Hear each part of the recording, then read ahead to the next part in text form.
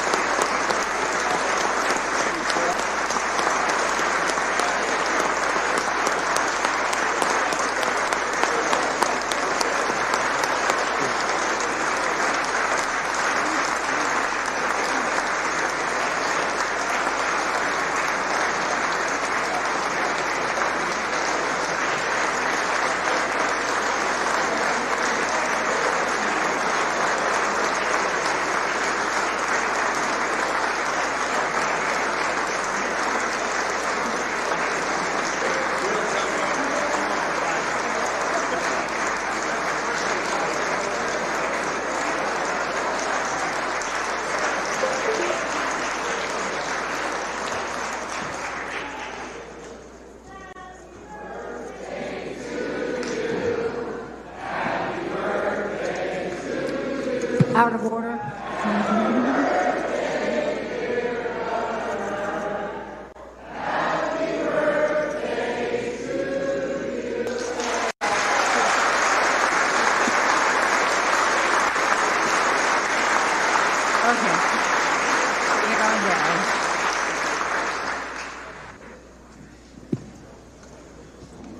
Did you guys practice that? All right, let's get serious. Mr. Speaker, Mr. President, Madam Chief Justice, and the entire Supreme Court, members of my cabinet, leaders of the Kansas tribes, and all the constitutional officers and legislators assembled, it is an honor to be with you tonight. It is also my honor to welcome Lieutenant Governor David Tolan and his wife Beth Tolan and their children Caroline and William. As we all know, Lieutenant Governor Tolan holds not one, but two jobs, and I think it is fair to say that he has just wrapped up what has been the most successful year in history for any Kansas Secretary of Commerce. Thank you, David. Job well done.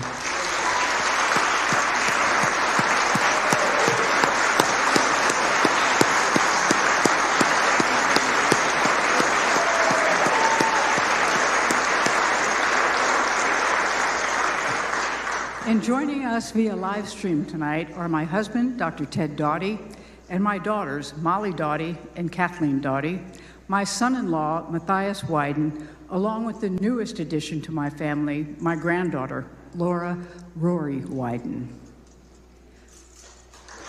That's okay.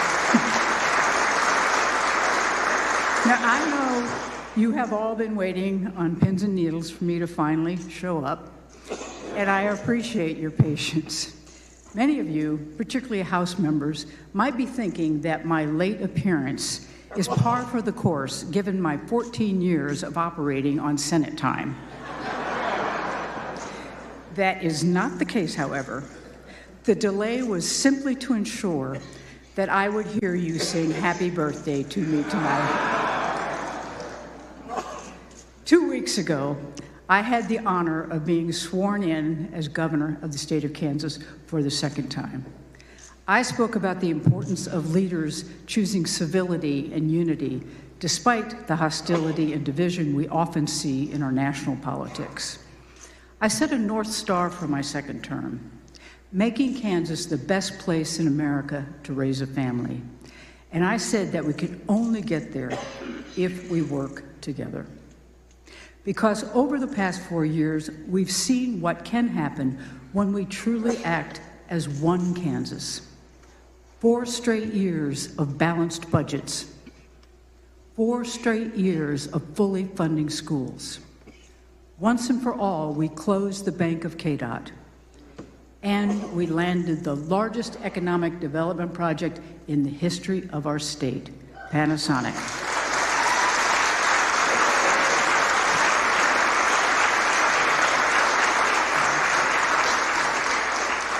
We also created the largest budget surplus Kansas has ever seen.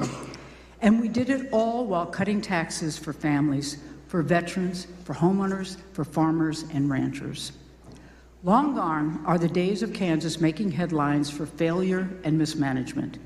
Now, because we work together, Kansas is back on track.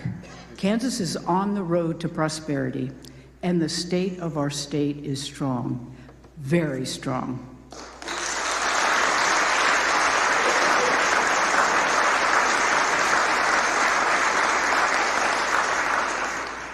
All of this happened because we came together, Democrats and Republicans.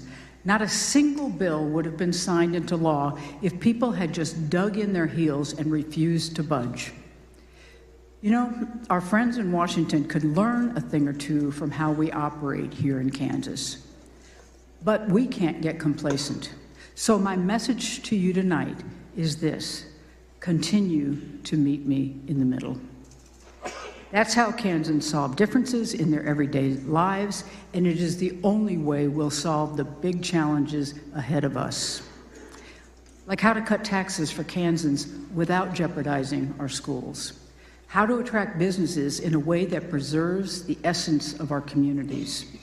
How to ensure every Kansan can access the mental and physical health care they need to live happy, full lives. Now, I've already released my budget, so tonight, let's focus on those larger challenges, the ones I'll need your help in addressing, the ones that will determine our state's future. Let's start with taxes. As prices continue to rise, it's clear that Kansans need relief, and they need it now. In December, I released my comprehensive plan to cut taxes for working families and seniors, the Axing Your Taxes plan. We began last year by finally axing the sales tax on food. But as you well know, it doesn't zero out until 2025. So the very first thing we must do this session is fully eliminate it effective immediately.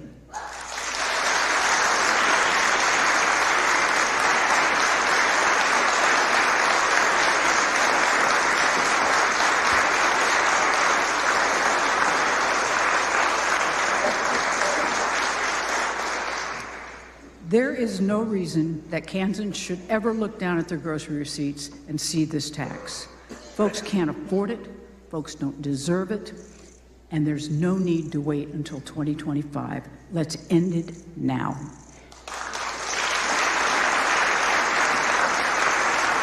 But let's not stop at food. Let's also axe the sales tax on diapers and feminine hygiene products.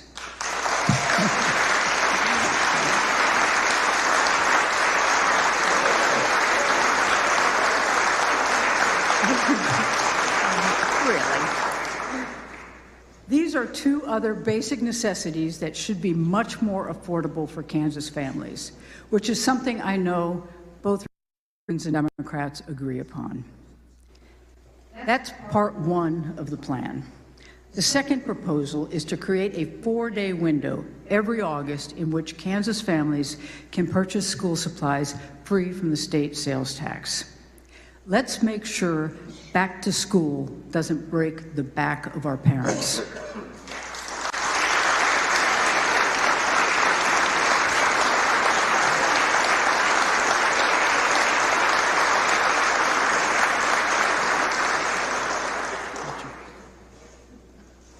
This tax break will make preparing for the school year more affordable and a lot less stressful. And the tax holiday will also reduce the burden on teachers who all too often foot the bill for pencils, art supplies, and classroom decorations. Let's make this happen. The third proposal provides relief for our retirees, something I know is of the utmost importance to all of us here. Right now, Kansas retirees earning $75,000 per year or less don't pay Social Security or don't pay state income tax on Social Security. But if they make $1 more, whether that's through investments or lower medical costs, the entirety of their Social Security income becomes subject to state income tax. Now, many of my Republican colleagues here have long said that this is bad policy and hurts our seniors, and I agree with you. Our seniors have worked hard for their entire lives, and their chapter in life shouldn't be spent figuring out the Kansas tax code. Let's axe that tax cliff and raise the threshold to $100,000 so more of our seniors can enjoy their retirement.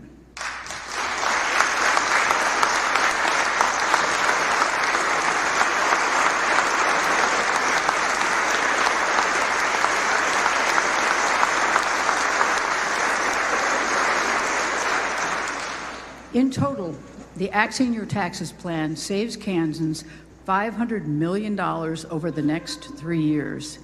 And that's on top of the $1 billion in savings from the tax cuts we passed last year. These are all ideas that Republicans and Democrats have proposed and supported in the past.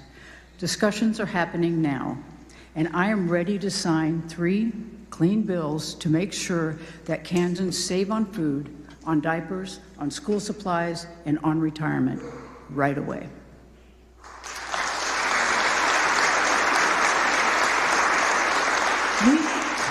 We are in this position to responsibly provide tax relief because we have been laser focused on creating a solid fiscal foundation for our state. But let me make myself clear.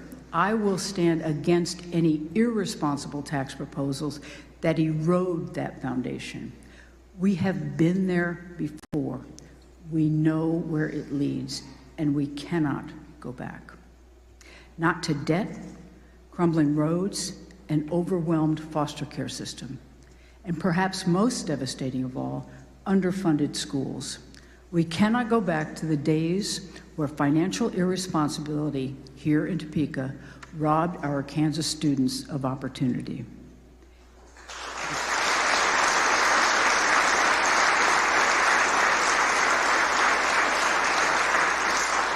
Instead, let's pass fiscally sound tax cuts that we can afford, that help our working families and seniors, and allow us to continue the progress we've made on education.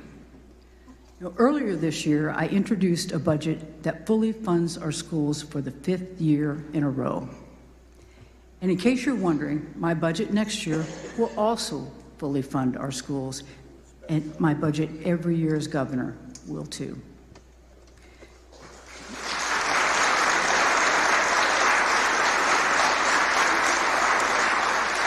And to further my commitment to students and families, my budget puts us on the path to fully funding special education.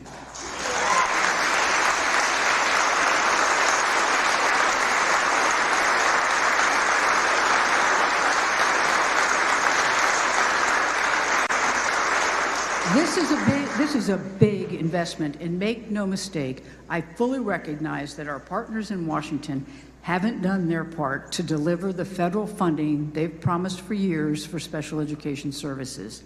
I will continue to work with our federal delegation to push Congress to hold up its end of the bargain. But in the meantime, Kansas families and Kansas schools need solutions, so let's fix this. Let's fix this for kids like Danny Robeson, a 5th grader in the Shawnee Mission School District, who is here tonight with his mother, Laura. Laura, could you wave so everybody knows? There you go.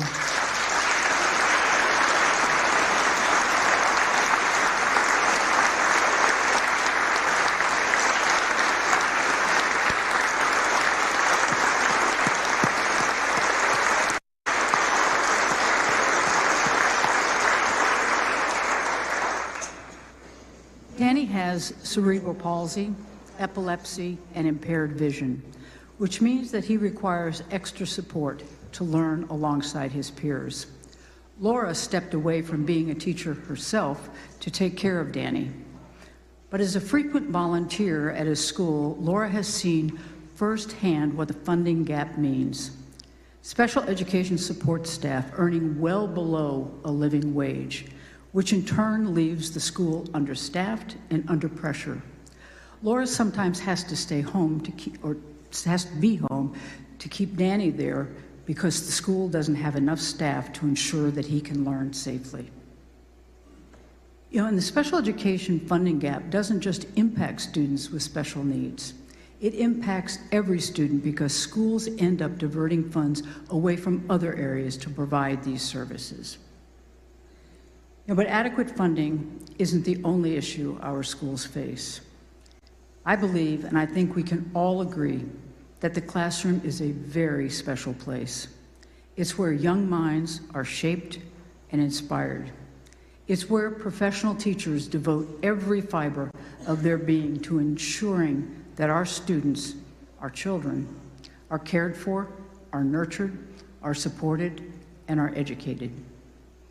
What the classroom is not, however, is a place for politics.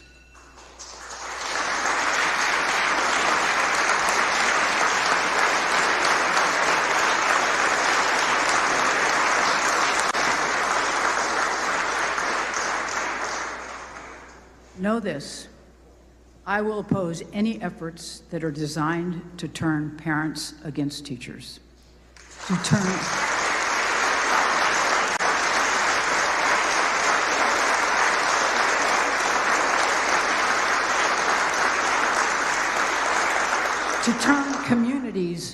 turn communities against their schools, and to turn young people away from the teaching profession. I will resist politicians who want to score political points at the expense of our students and our families. Our students should not be used as political pawns, not ever.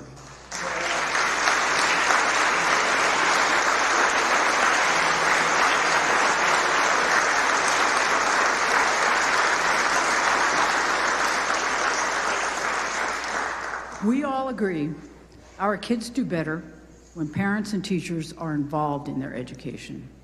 So rather than distracting ourselves with wedge issues, let's focus on giving them both the resources and the support they need. If we do that, we will achieve our shared aspiration to make Kansas public schools the very best in the nation. It is the right thing to do, but it's also the smart thing to do. And here's why. Kansas is in a new era of growth. Thanks to the hard work of Lieutenant Governor and his team at the Department of Commerce, we've brought Panasonic to DeSoto, Hilmar Cheese to Dodge City, Amber Wave to Phillipsburg, and Bartlett Grain to Cherryvale. Since the start of my administration, Kansas has brought in over $15 billion of new capital investment.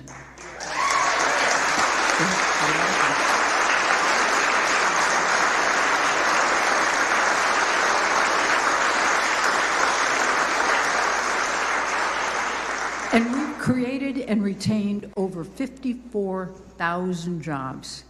It's been quite remarkable. But as our economic trajectory reaches higher and higher, there's one thing in our way. There are not enough skilled workers for all the jobs we're creating. It's the hard truth, and we're all aware of it. Our labor shortages are driving up prices and stunting our economic growth. This is another one of those big existential challenges ahead of us. If we fail to train up a large, more skilled workforce, businesses will stop knocking at our door. And the trend of our children and grandchildren moving to Missouri, to Colorado, to Texas in search of work will accelerate. We must stop this trend in its tracks. And we can do that by creating a strong pipeline of talent that has abundant educational and economic opportunities right here at home.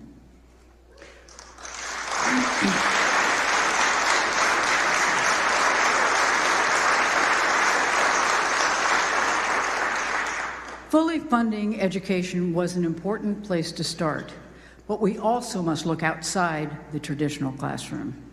This past fall, I created the Office of Registered Apprenticeship in the Department of Commerce. Right now, 3,500 Kansans are gaining the skills, the mentorship, and the credentials they need to succeed in the industries driving the future of our state, from energy to healthcare to advanced manufacturing. Those are 3,500 Kansans who won't just have jobs, they will have careers. Those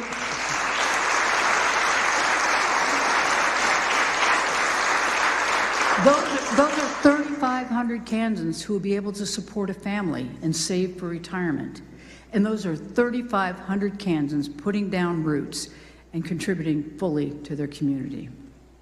And my budget increases funding for the Office of Registered Apprenticeship, giving more Kansans the tools they need to join the modern workforce. We must continue building on the office's good work.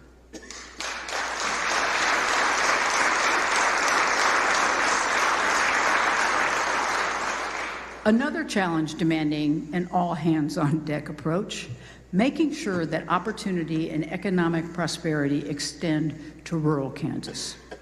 This past fall, Secretary of Agriculture Mike Beam and I traveled throughout western Kansas.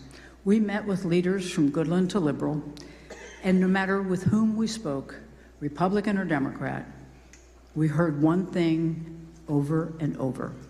The single most important issue facing western Kansas, and perhaps all of Kansas, is water. Our water supply is diminishing. Parts of western Kansas have an estimated 10 years left. That's 10 short years until the water that has powered our booming farming economy dries up. For decades, politicians have kicked the can down the road when it comes to water. Waiting for some miracle to happen is not an option. We have to do something. All that we've achieved in the past 4 years is put at risk by inaction. That's true in every part of our state, in Johnson County and Sedgwick County, in Sherman County and Seward County. We are one state, and if any part of our state suffers, we all suffer. In recognition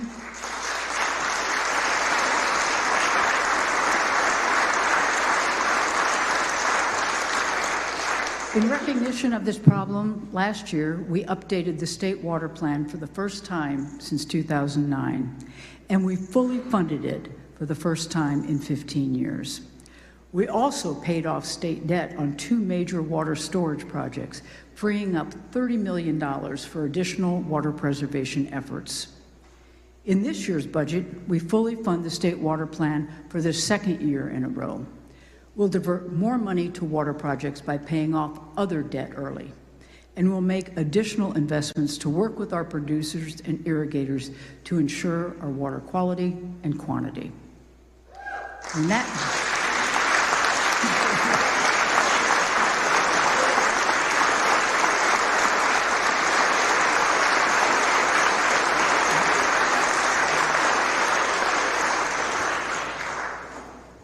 that includes Ron and Marcia Schilling, a 4th and 5th generation family farmers whom I met on my trip to Edson, a town near Goodland, along with their granddaughter Kaylin. In the early 2000s, water tables indicated that there were very few years left to continue irrigated agriculture in the Goodland area. Instead of throwing up their hands, Ron and Marcia literally threw down their plows, implementing water conservation practices like strip till and water-saving irrigation technology. Now, 20 years later, it turns out that their work has more than paid off.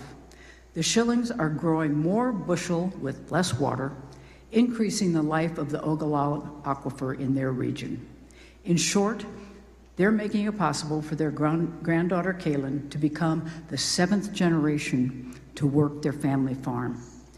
The Schillings are here with us tonight representing the family farmers and ranchers across Kansas who keep our state's economy humming and our rural communities thriving. Ron, Marcia, Kaylin, would you please stand to be recognized?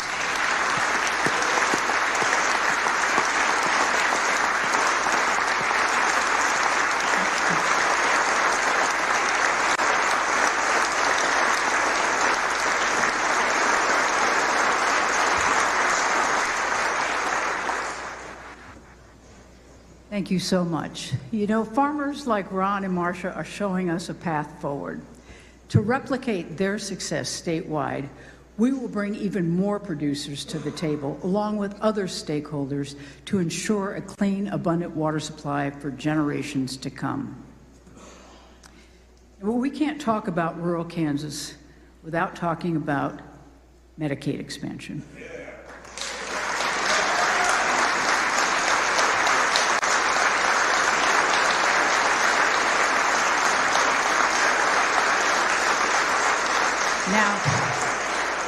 Now, I'm fully aware I sound like a broken record, but it's only because we have a broken healthcare system.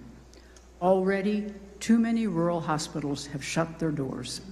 When that happens, the communities have been devastated. These Kansans now have to drive hours to receive their basic health care. Our doctors, nurses, and hospital staff are leaving for higher pay in neighboring states, exacerbating our healthcare workforce shortage.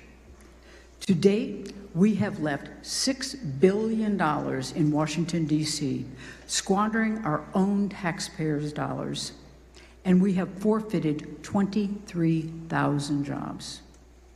There is an obvious way to stop the bleeding: expand Medicaid.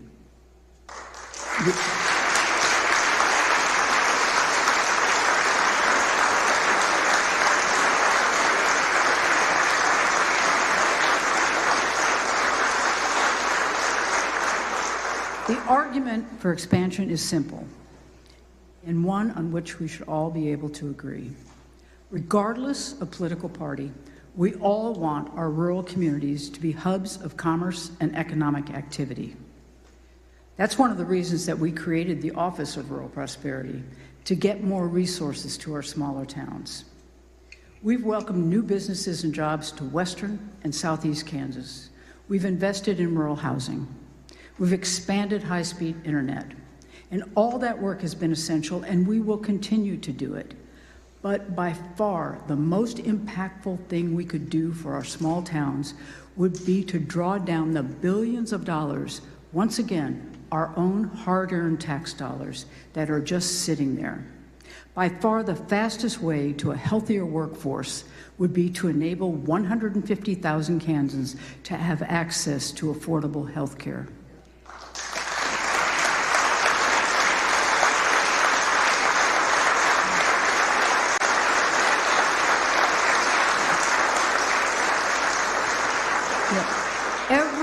Every single other state surrounding us has expanded Medicaid, including Republican-led states like Iowa, Oklahoma, Missouri, Nebraska, and South Dakota.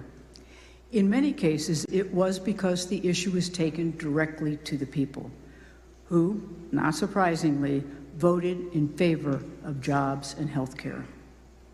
The data show Kansans are aligned with our neighbors. The Docking Institute at Fort Hays State University has long tracked this issue and now finds that more than 7 in 10, over 70% of Kansans support expanding Medicaid.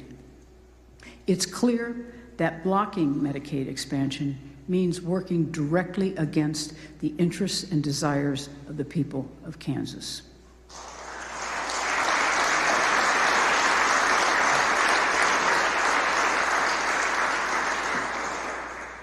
So if you're sick of hearing me talk about this, and you don't want to hear about it again in next year's speech, let's expand Medicaid this session.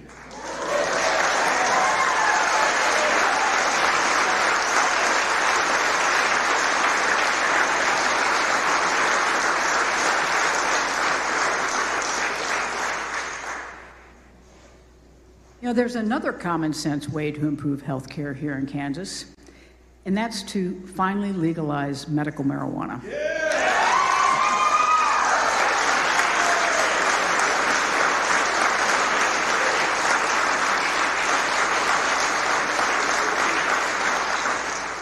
In 39 other states, Americans with chronic pain, seizure disorders, and PTSD can access medical marijuana to relieve their suffering.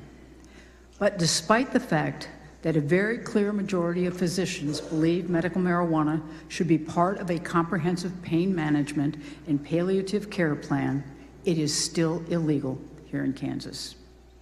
In fact, just a few weeks ago, just right before Christmas, police raided the hospital room of a terminally ill man in Hays. Greg Bretz was using marijuana to ease his pain.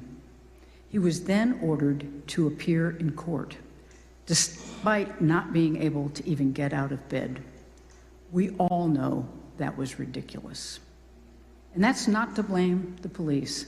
The police were just enforcing the law. That means the law itself is ridiculous.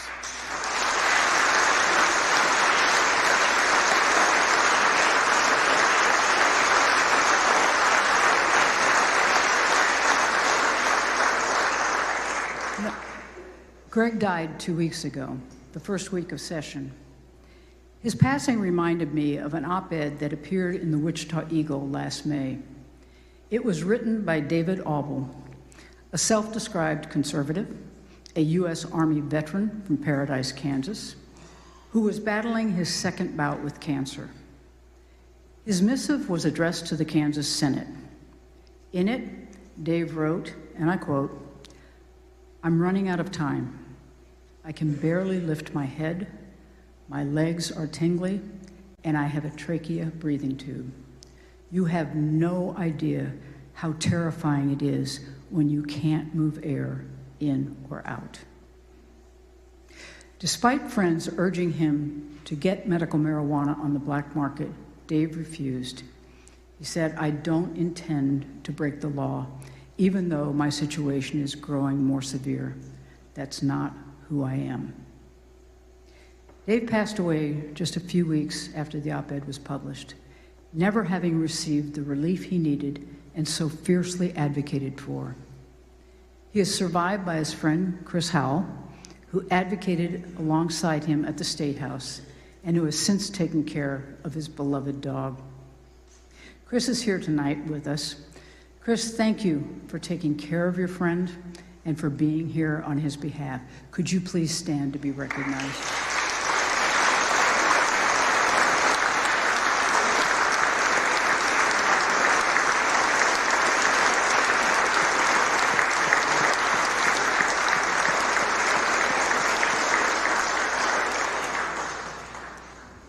Every day, thousands of Kansans are forced to choose between breaking the law and living without pain. It is an unbearable choice and an absolutely unnecessary one. It's too late for Dave. Let's not make it too late for others. Let's do better in Dave's honor, in honor of the kids experiencing multiple seizures per day, in honor of veterans suffering with PTSD. Let's make Kansans' lives better, and let's do it right now.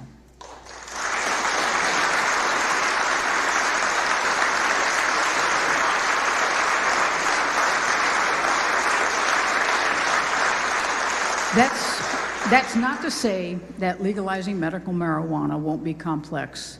Of course it will. We need to put in place effective safeguards to ensure that it's used appropriately and that it is not abused. But I believe, like with everything else, if you and I work together, we can find a fair and common sense solution. 39 other states have figured this out. Surely Kansas can too. Another area where we should be able to find common ground is our state's mental health system. Much like the nation as a whole, we are at a crisis point here in Kansas when it comes to mental health. Recently, a study by Mental Health America ranked Kansas last in the country on rates of mental illness and access to mental health services. In the past, we have taken action on this. We launched 988, the new 3-digit code for the National Suicide Prevention Lifeline.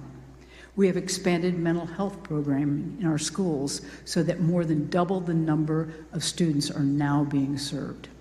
We're opening up new youth psychiatric beds so more kids can get the intensive treatment they need. But there's still more to do, and we need to do it together. My budget expands mental health intervention teams in our schools to have an even greater reach. It also provides funding for adult psychiatric services in the Wichita area and funding to address the shortage of mental health workers across the state. We also need to pass legislation to guarantee mental health care for our first responders. Right now, Our police officers, our firefighters, our EMTs, and paramedics are not eligible for workers' compensation for PTSD, even if they experience the traumatic event on the job. That's unacceptable. We say we value our first responders. Let's put our money where our mouth is and protect them just like they protect us.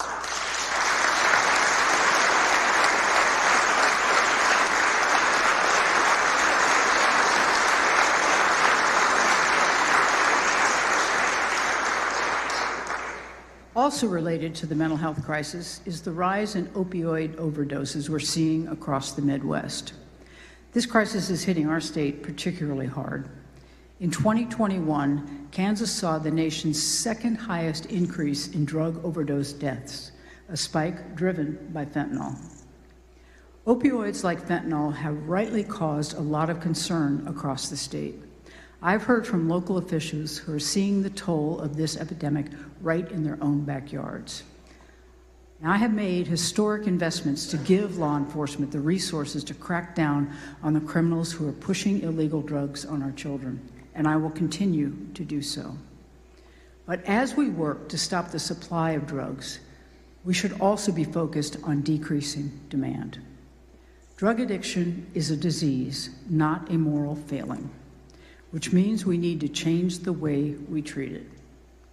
My budget gives schools the funding they need to have naloxone on hand so that should a student overdose, first responders will have enough time to get to the scene to save a life on the spot.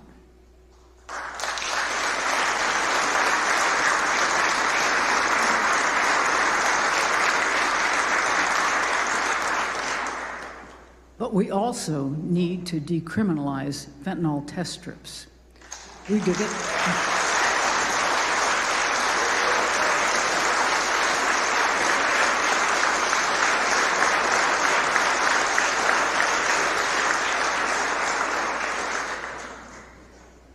We've debated this before. The reality is, test strips save lives and they save money. Let's get a bill passed this session that decriminalizes these strips and prevents exposure to fentanyl in the first place, long before it kills more Kansans.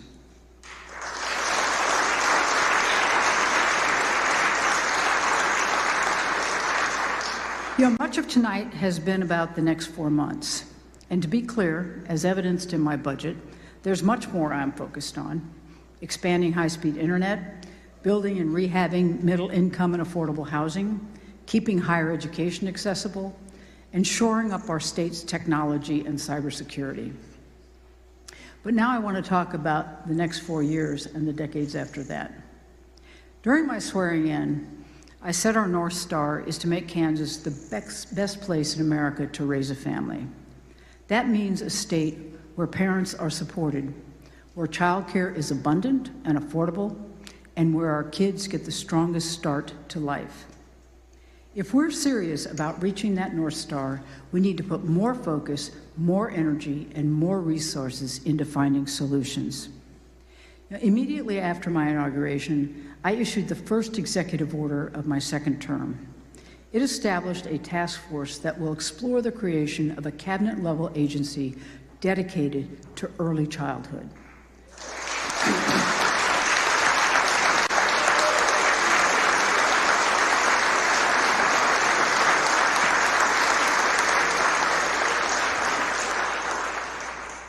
The agency will be completely focused on improving services for our kids during the most critical time in their development. This should be a place where we can find bipartisan agreement. We all, Republicans and Democrats, want a state where our children, our grandchildren, and our great-grandchildren have more and better opportunities than we had. In the past 4 years, we've turned our state around. Now, by working together, we can achieve a Kansas families will want to call home for generations. I've talked a lot this evening about how doing the right thing is far more important than adhering to any party line. And that may be unique in the country, but it is not unique in Kansas. Throughout the history of our great state, Kansans have repeatedly worked across the aisle for a better future. Think of Kansas becoming one of the first states to ratify the 19th Amendment. Just over 100 years ago, legislators came together and unanimously said yes to giving women the right to vote.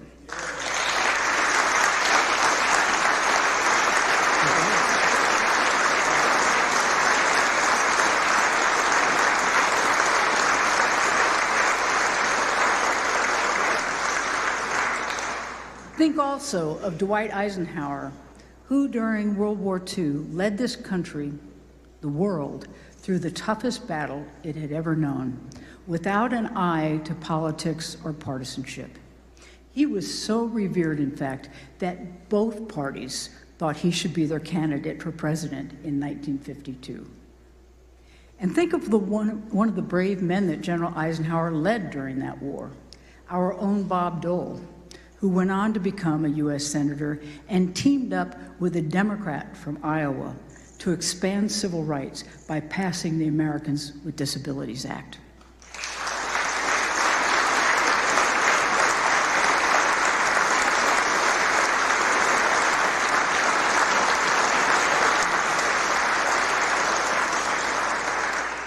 So by seeking your continued partnership, I'm not asking for the impossible or something that's never been done before.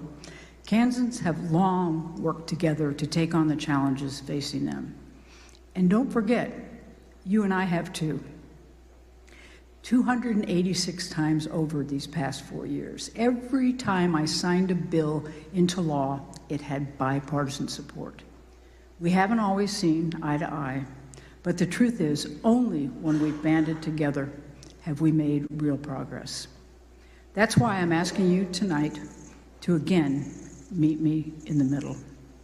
On so many issues facing our state, from tax relief to water to healthcare, the best solutions aren't Republican or Democrat. They'll come from compromise and collaboration, finding common sense, middle-of-the-road solutions. Over the next 4 years, we must see each other as partners, not as foes, to build on all we've accomplished in the last 4 years. Together, we will make Kansas the very best place in America to raise a family. God bless Kansas. God bless Kansas and all its people. Thank you all and good night.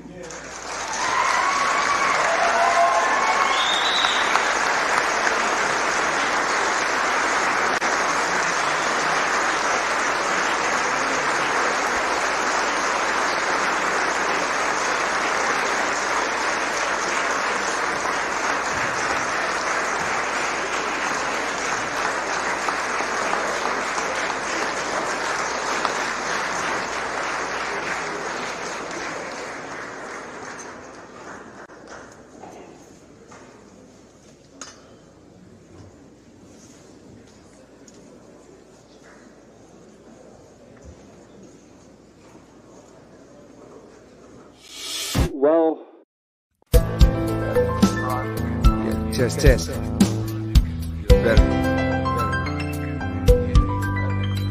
We'll take a minute to envision it, and the vision we're ripping from a difference of opinion, inquisitive, isn't it? When the picture in the mirror isn't shit, but give it. Be pre-recorded. So my remarks are clearly not in response to the governor's address, but a Republican response to the elements of her agenda we're aware of. In 2022, Republicans learned a hard lesson about how houses divided inevitably fall, resulting in the governor winning yet another term with less than 50% of the vote. While we acknowledge that result, we also celebrate that a true majority elected Republicans to every other statewide office and to supermajorities in the House and Senate. These results reveal a simple truth, that neither side can work from where they wish they were, but from where we are.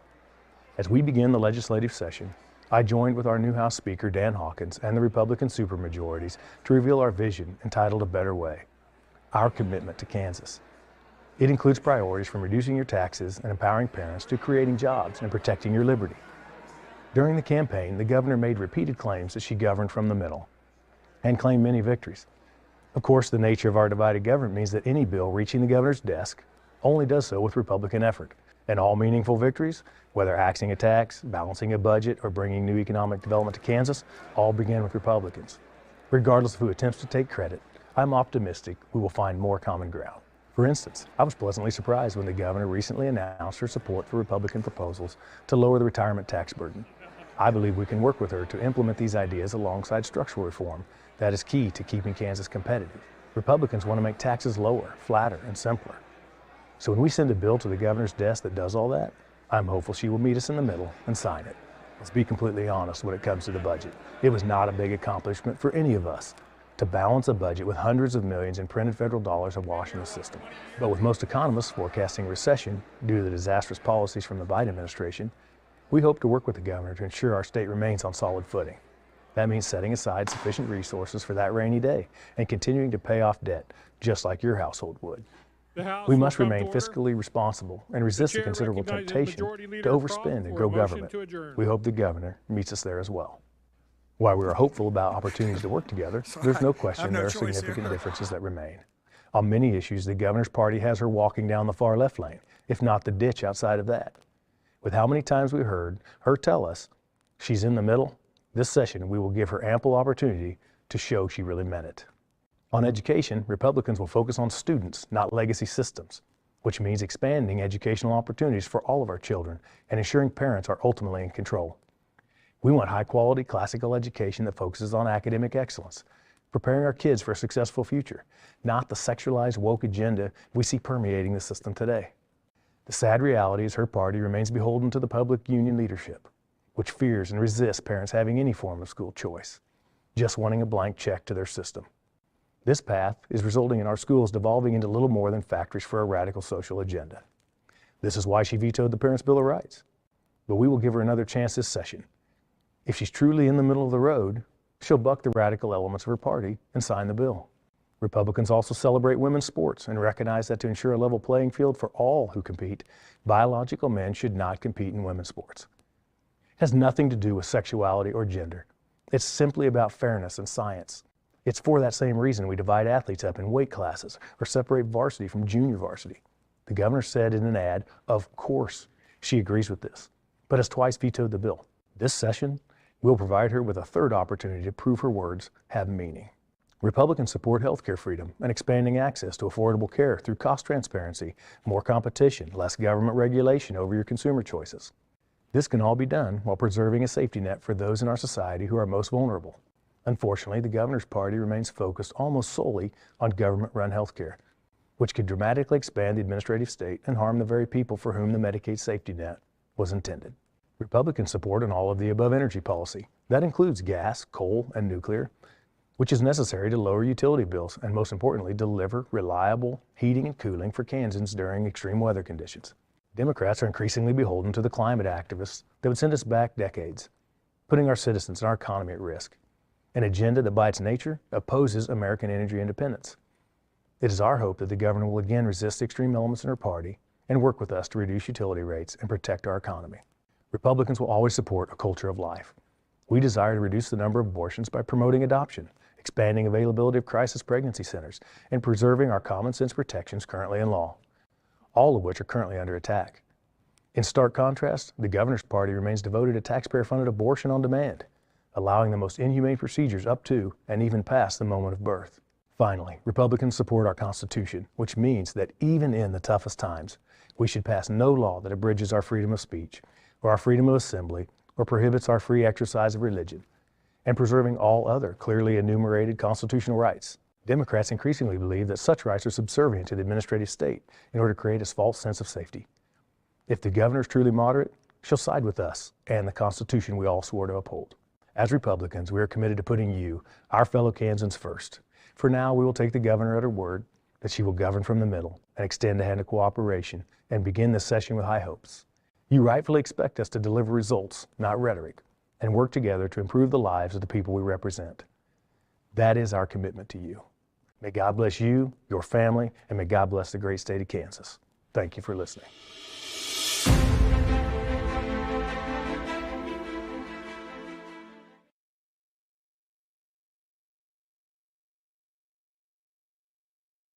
Well,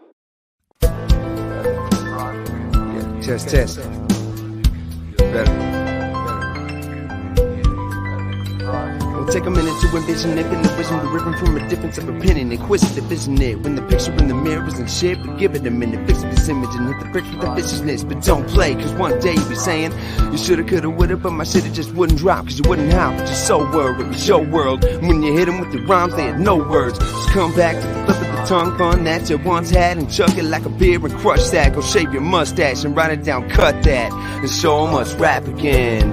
Oh, oh, oh, I'm getting tired of that.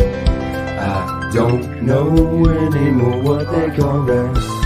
Getting so you know that something's missing.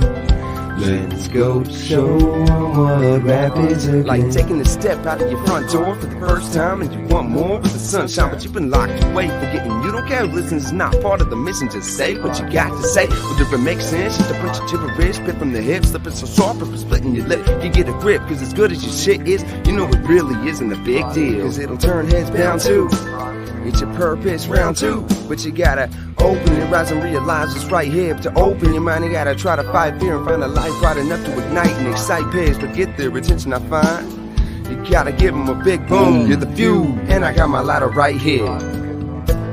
Oh, oh, oh, I'm getting tired of that. I don't know anymore what they call that. Getting so you know that something's missing. Let's go show 'em what rap is again.